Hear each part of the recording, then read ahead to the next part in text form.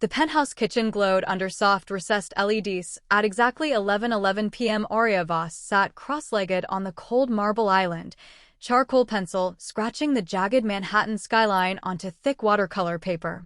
She wore an oversized gray art school tee, sleeves rolled to the elbow, hair twisted into a messy knot with a paintbrush stabbed through it like a dagger. The private elevator chimed once, low and expensive.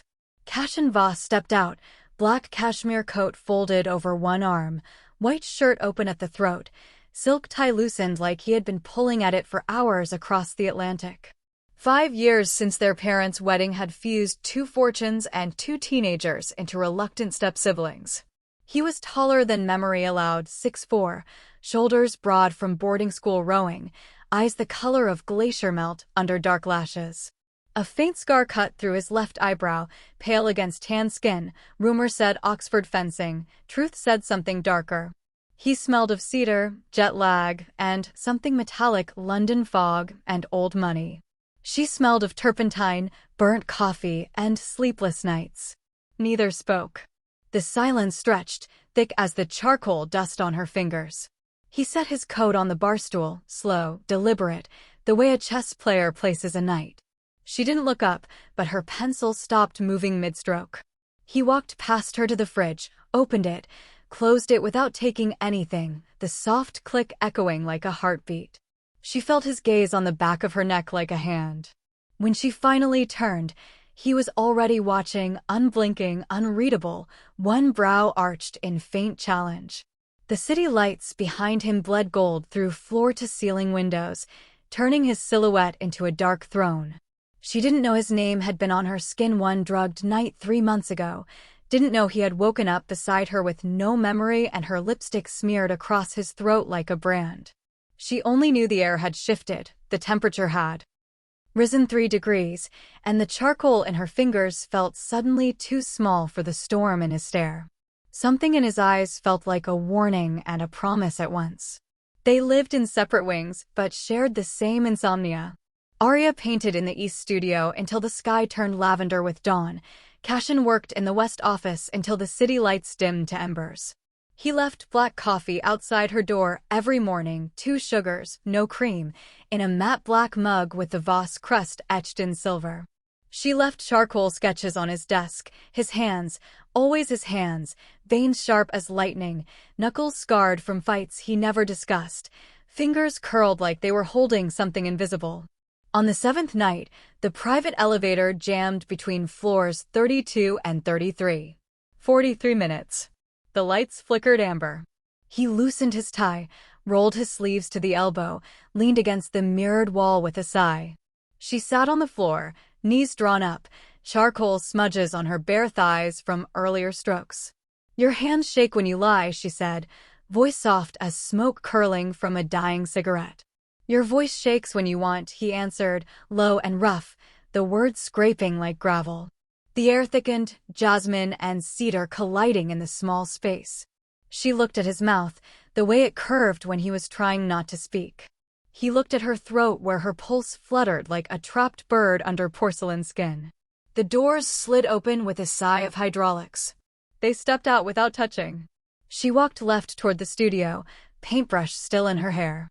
He walked right toward the office, tie dangling from his fist. She told herself it was nothing, but her heartbeat refused to listen. The charity gala pulsed with crystal chandeliers and champagne flutes clinking like distant bells. Arya wore emerald silk that clung like jealousy to every curve, the slit high enough to reveal charcoal smudges still on her thigh from the studio. Cashin wore black tie like armor, crisp and unforgiving, cufflinks glinting under the lights. Someone slipped something into his drink, clear, odorless, ruthless, military grade. He found her in the rooftop garden, pupils blown wide, pulse racing under his fingers like a trapped rabbit. "You're burning," she whispered, catching him as he staggered against the glass railing. He pressed her against the wall, mouth hot on her throat, hands gripping her waist like he was drowning in her scent. "I hate how much I don't hate you," he growled, voice slurred but sharp. She slapped him. The sound cracked like ice under pressure. His cheek bloomed red, but he smiled slow, feral, drugged. eyes glittering with something darker than desire. He hated how much she made him feel human. The rooftop garden was a glass box suspended above Manhattan, orchids trembling in the wind, city lights bleeding gold below. Arya had slipped out to breathe, to escape the whispers about her mother's remarriage and the stepbrother who never spoke. She didn't see the man approach Cashin at the bar, didn't see the clear liquid swirl into his whiskey. She only saw him now, 6'4" of controlled power unraveling, Askew, scar-livid under the moonlight. His hands were on her before she could step back, fingers digging into silk, breath hot against her ear. "You smell like paint and sin," he murmured, words slurring into her skin. Her heart slammed against her ribs. She should push him away. Instead, her palms flattened against his chest, feeling the frantic beat beneath starched cotton. He kissed her throat, teeth grazing the pulse point, and the world tilted. The drug made him reckless, made him say things he'd buried for 5 years. "I watched you paint." Cashin woke to the scent of jasmine and turpentine, sheets twisted around his hips like restraints. The penthouse bedroom was dim, blackout curtains half drawn, sunrise bleeding gold through the gap. His mouth tasted of copper and her name. No memory of the night, only flashes, emerald silk, her slap, the rooftop garden spinning. He turned. Arya sat on the wide windowsill, knees drawn to chest, charcoal smudges on her bare thighs, his white dress shirt hanging loose on her shoulders. The hem barely covered her. She stared at the city, not at him. He sat up slowly, head pounding, throat raw. "I should hate you," she said without turning, voice soft but steady. "I already do," he lied, the words scraping like gravel. The toxicology report lay crumpled on the nightstand, Rohypnol, military grade. Someone had wanted him ruined. He remembered nothing after the whiskey. Only her hands on his face, pulling him back from the balcony edge. He swung his legs over the bed's edge, bare feet on cool marble. The scar above his eyebrow throbbed. He knelt in front of her, slow, deliberate, like approaching a wounded animal. Pressed his forehead to her knee. The silk of her skin burned. "I don't remember," he murmured, "but my body does." His voice cracked on the last word. She looked down then, eyes red-rimmed, lips swollen from biting them all night. Her fingers threaded through his hair, trembling, nails scraping his scalp. He didn't move higher. Didn't kiss her. Just stayed there, breathing her in jasmine, charcoal, warm skin. The city hummed 33 floors below, indifferent. She traced the scar with one fingertip, featherlight. "You almost jumped," she whispered. "I caught you." He closed his eyes. The weight of it settled between them, debt, desire, danger. His hands hovered at her ankles, not touching, just close enough to feel the heat. Minutes passed, or hours. The sun climbed, painting gold across the bed. She slid from the sill into his lap, knees bracketing his hips, shirt riding higher. Still no kiss. Just foreheads touching, breaths sinking. "I should hate you," she repeated, softer. "Try," he said, voice rough. Her laugh was broken glass. She cupped his jaw, thumb brushing the red mark her slap had left. "I'm sorry," she breathed. "Don't be," he answered. "It's the only time you touched me sober." They stayed like that, kneeling, cradling, clothed in silence and sunrise. He didn't touch her, but somehow she still felt held. Cashin stood in the penthouse security room at 3:07 a.m., screens flickering blue across his face. The toxicology report glowed on the center monitor. Rohypnol, military grade, enough to erase a night. He clicked the rooftop footage. Blurred, grainy, time-stamped 11:42 p.m. emerald silk flashed. Arya's silhouette caught him as he lurched toward the balcony rail, arms windmilling, drugged and reckless. She dragged him back, heels skidding, voice cracking his name. The clip looped. He watched it 10 times, knuckles whitening on the desk. He found her in the kitchen at dawn, barefoot in his white shirt, coffee cooling untouched. "You were there," he said, voice flat as steel. The words landed like a blade. She turned slowly, charcoal under her nails, eyes red from no sleep. "I stopped you from jumping," she answered, steady but soft.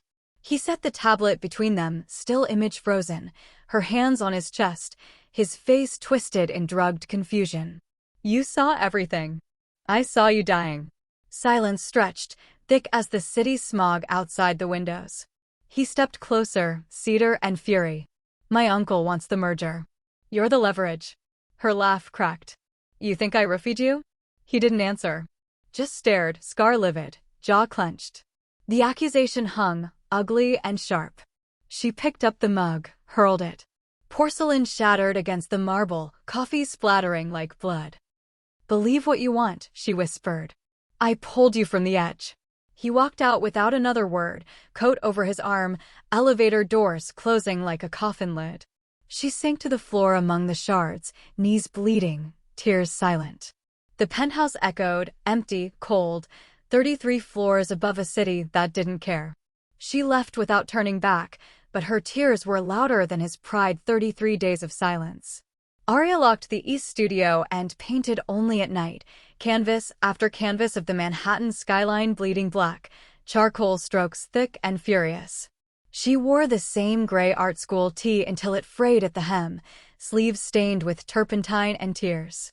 The coffee machine stayed cold. The black mug with the Voss crest sat untouched on the counter, a silent accusation. She kept his tie pin in her bra, cold silver against her heartbeat, and slept with it under her pillow. Across the Atlantic, Cashin drank in the London flat above the Thames, whiskey neat, ice melting into water. He stared at the framed sketch of his hands on the wall, veins sharp, knuckles scarred, fingers curled like they were holding something invisible. He kept her charcoal smudges in his wallet, folded small, edges soft from touch. The scar above his eyebrow throbbed when it rained. He deleted her number again, but never the feeling.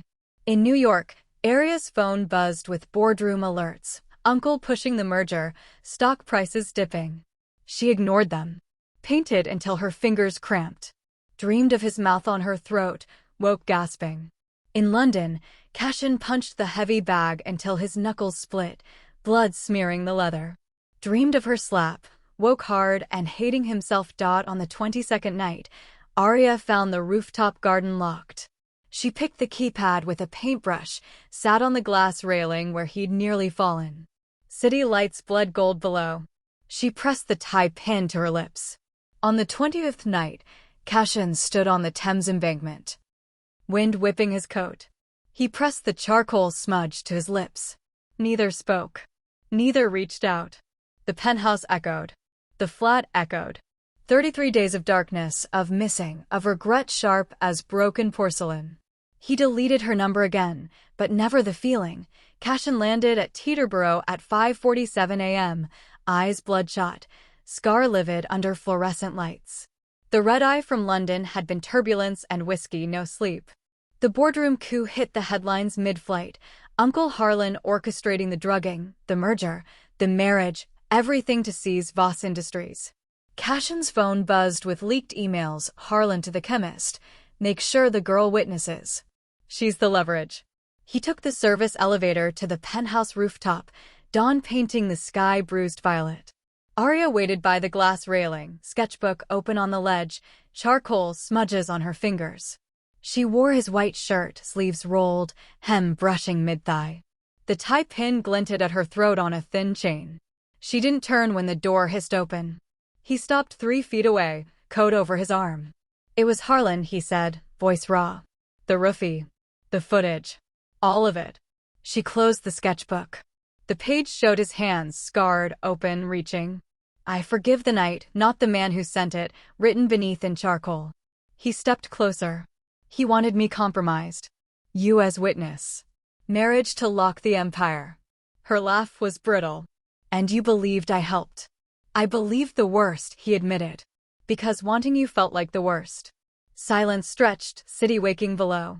She faced him then, eyes older, cheeks hollow. I pulled you from the edge, she whispered. You pushed me off it. He dropped to one knee on the cold concrete, coat pooling. I'm here to stop running. She knelt too, sketchbook between them like a treaty. Then start by staying. Sometimes healing begins the moment you stop running. The penthouse was dark when Cashin keyed in at 12:03 a.m., city glow bleeding through the blinds in silver stripes. Arya stood by the kitchen island, barefoot in his white shirt, sleeves rolled, charcoal still under her nails. The tie pin hung at her throat on a thin silver chain. She didn't move when the door clicked shut. He dropped his coat on the bar stool, slow, deliberate. "No masks tonight," he said, voice rough from the flight. She lifted the toxicology folder from the counter, pages crisp, Uncle's signature circled in red. "I was roofied to ruin us both," he continued. Harlan wanted the footage, the scandal, the merger. She opened the folder, slid out the rooftop still, her hands on his chest, his face twisted. "I was roofied to save you," she answered, steady. "I dragged you back from the rail. You fought me." Silence pooled, thick as the jasmine on her skin. He crossed the marble, stopped an arm's length away. "I remember nothing," he said. "But I feel everything." He sank to one knee, palms open on his thighs. "I flew 12 hours to kneel sober." Her breath hitched. She stepped forward, knelt too. The folder fell between them like a white flag. She touched the scar above his eyebrow, thumb featherlight. "I kept your tie pin," she whispered. "You kept my smudges." He turned his cheek into her palm. "I never stopped caring," he said, no beg, just truth. She kissed the scar soft, lingering. He didn't beg, he simply said he never stopped caring. They burned the toxicology report in the penthouse fireplace at 2:11 a.m., pages curling into black butterflies. Cashin fed the flames one sheet at a time. Arya watched the red-circled signatures vanish. When the last ember died, she took his hand, scarred knuckles, charcoal smudges, and led him to the east studio. The skylight glowed with city neon. She pressed a fresh brush into his palm. "Paint with me." He hesitated, then dipped the bristles in cerulean. His first stroke was clumsy, paint dripping. She guided his wrist, her body behind his, jasmine and cedar mixing. "Let it breathe," she whispered. Together they painted the skyline, not black, but gold and rose. His scar caught the light when he turned to her, eyes soft for the first time. At 3:47 a.m., he taught her to waltz on the marble island, barefoot, her emerald silk swirling against his black linen. No music, just their heartbeats. He spun her slow, hands steady at her waist. She laughed when he stepped on her toes. "Again," she said. They danced until dawn painted the windows peach. One sunrise, she proposed on the kitchen island in his white shirt, ring box open on the marble. Platinum band, simple, etched inside, velvet and venom. "I don't like you," he lied, voice rough. She stepped closer, bare feet silent. "Really?" His glacier eyes betrayed every lie. She slid the ring on his finger. It caught the light and burned steady. They made love on the studio floor among wet canvases, paint smearing their skin, cerulean on his shoulder, rose on her thigh. Slow, deliberate, no rush. He kissed every charcoal smudge. She traced every scar. When she came, she bit his collarbone to stay quiet. He followed, whispering her name like a prayer. After, they lay tangled, city humming 33 floors below. She drew lazy circles on his chest. "It wasn't fire anymore," she murmured. "It was sunlight." He pressed his lips to her hair. "It wasn't fire anymore, it was sunlight." 1 year later, the rooftop garden bloomed under a violet dusk. Cashin stood barefoot on the warm concrete, black linen shirt open at the throat, scar silver in the fading light. Arya stepped through the glass door in emerald silk, the same dress from the gala, hem brushing her ankles. The tie pin glinted at her throat, his ring gleamed on her finger. They met in the center where the orchids had once trembled. No music played, only the city's low hum and their synced breaths. He offered his hand, palm up, scarred and steady. She took it. They danced, slow, barefoot, silk against linen, city lights bleeding gold 33 floors below. He lifted her with ease, spun once, set her down inside the circle of his coat. Her back to his chest, his arms crossed over her waist. She leaned into him, head on his shoulder. "We survived the night," she whispered. "We built the dawn," he answered. They didn't speak of Harlan in prison, of the merger dissolved, of the empire split fair. Only of small things, the new canvas in the studio, the coffee with 2 sugars, the waltz at 3 a.m. She turned in his arms, palms on his jaw. I still don't like you, she teased. Liar, he said, eyes soft. The sun dipped behind the skyline, painting them rose and gold. She rose on tiptoes, kissed the scar above his eyebrow. He kissed the charcoal smudge on her wrist. No promises spoken. None needed.